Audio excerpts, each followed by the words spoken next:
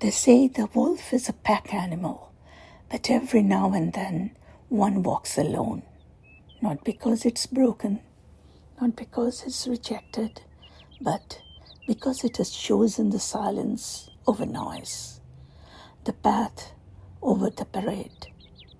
There are humans like that too, the ones who don't crowd themselves with company, who skip parties, dodge small talk, and take long walks alone.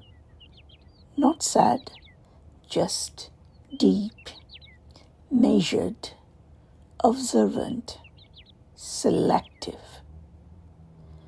The lone wolf doesn't bark, it watches, it learns, it moves when it's ready, fights only when it must, and disappears before applause. Sometimes life pushes you into the wild. A loss, a divorce, a betrayal, a burnout, and you find yourself walking alone, not by design, but by survival. And somewhere on that quiet road, you discover something strange.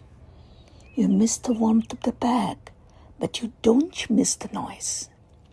You begin to love the clarity, the strength of your own shadow, the echo of your own breath. You are no longer lonely, you are just alone, and that's a different kind of peace. So if you see someone walking alone, head high, gaze sharp, smiling softly at their own thoughts, don't pity them. That's a lone wolf, not lost, just untethered and completely, gloriously free.